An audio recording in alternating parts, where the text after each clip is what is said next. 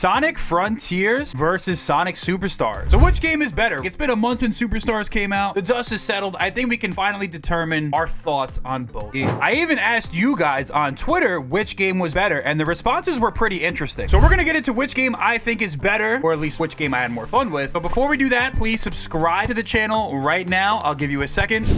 And turn on notifications and drop a like, drop a comment down below to join the discussion, because I do want to hear what you guys have to say. Now, I know that these are two completely different games that have very different objectives, and I already hear the comments. You can't compare the two. Well, actually, you can. First and foremost, both games have a very similar critic score. Sonic Superstars with a 73, Sonic Frontiers with a 71. At the end of the day, both games get graded on a scale of 1 to 10, and you can absolutely say which one you prefer and which one you like better. For example, I'll just say right off the bat, I totally enjoy Sonic Frontiers more than Sonic Superstars. Let's just get that out of the way. I know you're gonna hear some comments about that. But why is it? And that is where we do some deeper dive. I would say that this tweet right here definitely encapsulates what my position on the game is. This is the person that responded to me. They said Superstars has higher lows, but Frontiers has higher high. I think what they mean to say is Sonic Superstars has a higher floor, but Frontiers has a much higher ceiling. And that is absolutely true in my opinion, of course. So let's start with the gameplay for both games. Sonic Frontiers, if I had to sum it up in a nutshell, and it's really hard to sum up because it's such a crazy game, it's probably a mix between Sonic Adventure and Sonic Unleashed. The idea is pretty simple. We have to run around an open world Sonic game with like mini levels scattered throughout. You know, every time you complete one of these mini levels right here, you usually get a collectible that'll help you progress through the story. And that's probably the best way to describe it. It's really an open world full of mini Sonic levels with some of the best movement that you've ever seen in the Sonic franchise. What this game truly is an open world Sonic playground. You progress and advance in a way that you want, with a lot of options for freedom and choosing the way that you want to play, which I really do think broadens this game's appeal with just how flexible it is. You collect memory tokens, and you have to defeat world bosses such as this one right here in order to get portal keys to progress through linear Sonic stages that are typical in almost all Sonic games in the franchise. While the controls aren't perfect in cyberspace, the addition of moves like the spin dash, rail launching, and speedrunning tech like the magnet dash make this game an actual blast to play in cyberspace. Yes, I said it. You have separate missions to complete in cyberspace in order to get the Chaos Emeralds. You get the Chaos Emeralds and you go supersonic to defeat that island's titan in some of the rawest Sonic moments in the history of the franchise. Say what you want about it in hindsight, when this game first came out and you experienced these Titan boss battles, it was truly a surreal and special moment in the Sonic franchise. It's something that I'll never forget. Rinse and repeat till you beat the game, very simply wrapped up. You know, there's some more nuance to it. There's puzzles and stuff like that. But overall, it's probably one of the most creative gameplay loops in the entire Sonic franchise. The gameplay loop is so creative that this is what Sonic Team wants to be the franchise for the formula going forward. Even people who are mixed on the game definitely admit that the open zone formula is definitely something worth building upon. Now, what is Sonic Superstars gameplay loop? Well, it's simply the classic Sonic gameplay. Race through the levels as fast as you can, replay them to get better times, master the levels through muscle memory, get from point A to point B as fast as possible. The main gimmick of the game is the Emerald power-ups, which can allow you to play the game in several different ways. So there's definitely some innovation with this game, and it's not quite just another classic Sonic game. I do think it brings a lot to the table, like multiplayer, the Emerald power-ups, the 3D and 2D graphics, and stuff like that. But at its core, I mean, it's just another classic Sonic. When you consider the fact that this game is $60, the same price as Sonic Frontiers, which has a lot more content, plus, in my opinion, a much more captivating and interesting gameplay loop that's more creative and unique, it's hard for me to give Superstars the benefit of the doubt with respect to that. Sonic Superstars is a game that I did one co-op playthrough of. I did one playthrough of the main campaign and one playthrough of the secret characters campaign. After that, you know, I'm pretty much done with the game. I don't really have much else to do in it, or really any desire to speedrun or replay it, because in my opinion, when you're replaying the game, some of these boss battles take so long, it really kills the replay value of the game. Sonic Frontiers has Battle Rush mode, Cyberspace Challenge, Arcade mode, New Game Plus, new abilities to unlock like the Spin Dash, which is, by the way, I'm gonna say it right here, hot take, the Spin Dash in Frontiers is the best move ever added to the entire Sonic franchise. It's better than the SA1 Spin Dash. I'm that serious. Also adds distinct and unique playable characters with a whole new story. We're talking about $60 of your hard-earned money in this economy, and these games are the same price. That alone makes Sonic Frontiers a much better budget purchase. You get a lot more for your money. The fact that they charge $60 for Superstars and Frontiers is insane to me when you consider just how much more extra content you get out of Frontiers, and just how much harder it feels like they try to really get this right. I just hope that they give Sonic Team the budget and time that they need to make the next 3D Sonic game something that is universally recognized as one of the greats. Which will lead us into the next point. Sonic Frontiers is a much more ambitious game than Sonic Superstars. It goes without saying that Sonic Frontiers, like I said before, has has a lot more content in the game, especially with the DLC updates. It's really solidified itself as one of my favorite Sonic games of all time. This is a game that I have actually hundreds of hours playing, as opposed to Sonic Superstars where I'm 3 playthroughs in and I don't really find the need or desire to actually play the game again. The game has a much more ambitious and serious narrative-driven story that kind of returns Sonic to the roots of when he was at his best with games like Sonic Adventure 2. The story of Frontiers looks to recapture that magic. The level of fan service that we see in this game is unmatched in any other Sonic game. Like, that feels like it pushes Sonic to its limit. Some of the rawest moments I've ever experienced as a fan of this franchise were definitely in Sonic Frontiers. This is stuff that no matter what you thought of the game, you would definitely appreciate. And it's really nice to see that they're trying to take Sonic seriously. And don't get me started on the music for Frontiers. Frontiers has some of the best music in the Sonic franchise with a super long length track with tons of variety. And the Superstars OST is just not good in my opinion. It does feel like they tried a lot harder for Frontiers to be successful as opposed to Superstars. Here's one thing I'll say. When Sonic Frontiers came out, the fandom was in a pretty good spot and everyone universally acknowledged, whether they liked the game, thought it was okay or whatever, this was a step in the right direction. I know a lot of people are tired of hearing this, but it's true though. Like, this really was a glimmer of hope for the Sonic franchise. Whereas Sonic Superstars, when it came out, honestly was met with pretty mixed reaction and more so disappointment than anything. The reason being is that we're talking 2D classic Sonic here. These are the most revered and respected games in the entire franchise history. The last 2D classic Sonic game was Sonic Mania, and that's just about one of the highest rated Sonic games of all time. So Superstars was looking to be that, but it just wasn't quite Sonic Mania. This doesn't mean the game's bad, because personally I enjoyed Superstars, but compared to the ambition that this game had as opposed to Frontiers, this was supposed to be the game that plays it safe, that's going to be a layup, it's going to guarantee itself as an 8 out of 10, 9 out of 10 type game. They just dropped a 9 out of 10 Sonic game with Sonic Mania in the same fashion a couple years before that. The game that's playing it safe scored just about the same as the game that was experimenting and trying to evolve the franchise forward. TLDR, to most people, Sonic Frontiers felt like a good step forward, and to a lot of people, Sonic Superstars felt like one step back. Look at the Metacritic scores of the previous 3D Sonic game, Sonic Forces, compared to the new 3D Sonic game with Sonic Frontiers. Look at the previous Metacritic score for Sonic Mania, previous 2D Sonic game, and the newest 2D Sonic game, Sonic Superstars. Obviously, opinions are opinions, but when we're talking just like the critical performance of the game and just kind of like the general vibes, I would say that that statement's true. And without getting too specific, like, I genuinely enjoy the gameplay loop better in Frontiers. I think Frontiers is a more ambitious game. The next thing I'll say is Frontiers is probably a lot less frustrating than Sonic Superstars. Throughout the campaign of Sonic Superstars, there's just so many different bosses in the game that you just feel like you're sitting around waiting for without any checkpoints, and then if you die at the end, you have to restart all over again. It's a super big pace breaker from like the classic Sonic games, which are typically not about sitting around and waiting and getting frustrated, in my opinion. I never really found any aspect of Sonic Frontiers to be that frustrating, other than obviously the Master King Coco trial from Sonic Frontiers Update 3. But I feel like all the boss battles were more so of like a treat in the Sonic Frontiers game. And then in Superstars, it was just like a punishment. It was like a worst part. Sometimes the bosses were longer than the levels. And then you get to the end of like Trip's campaign, and then you're just literally getting hit by stuff off the screen, and like the level design in Golden Capital, it just gets really frustrating. I feel like I have never been as frustrated as I was when I was playing Sonic Superstars towards the end, as opposed to any other Sonic game. Like, I'm just trying to have fun. I'm not trying to just like throw my controller to the damn computer screen. So yeah, that's why I think a lot of fans are a little bit more higher on Sonic Frontiers and probably had a little bit less of a bad taste in their mouth. So the last thing I'll say is this: Frontiers to me will always be a special game, and it's always going to be remembered as the Sonic game that put the franchise forward, especially when you consider how successful it is. And based off of all the sales numbers and projections, Frontiers might just end up being the most successful 3D Sonic game of all time. I think the lasting legacy of Frontiers will be something that's much greater than anything Superstars has ever done. Frontiers will always represent a symbol of hope for the fan base, whereas Superstars, while it's a good game, like, don't get me wrong, I know I'm like kind of going against Superstars in this video. I like Superstars, but I don't think it's going to have the lasting legacy and impact that Frontiers will. And clearly the sales numbers will probably not even come close to Frontiers, in my opinion. But I could be wrong. I don't know. It almost feels like Superstars will always be recognized as like a missed opportunity because it didn't build off of what Mania did, and the fans just don't have the same reverence for Superstars like they do for Sonic Mania. It's a good game, but it really should have been something like a 9 out of 10. Frontiers created huge positive buzz for the Sonic franchise, and Sonic Superstars just kind of came and went. It's good to know though that both games were definitely good compared to things that we've gotten in the past, and the future is definitely bright for the franchise, as Sonic Superstars actually did get nominated at the Game Awards for Best Family Game. This video is more about, like, you know, comparing which game was better and just kind of like talking about the fan discourse and critical reception and stuff like that. Because at the end of the day, I did like both games, and I do think the future of the franchise is bright, but I just think that Sonic Frontiers was a better game and definitely will leave a greater impact.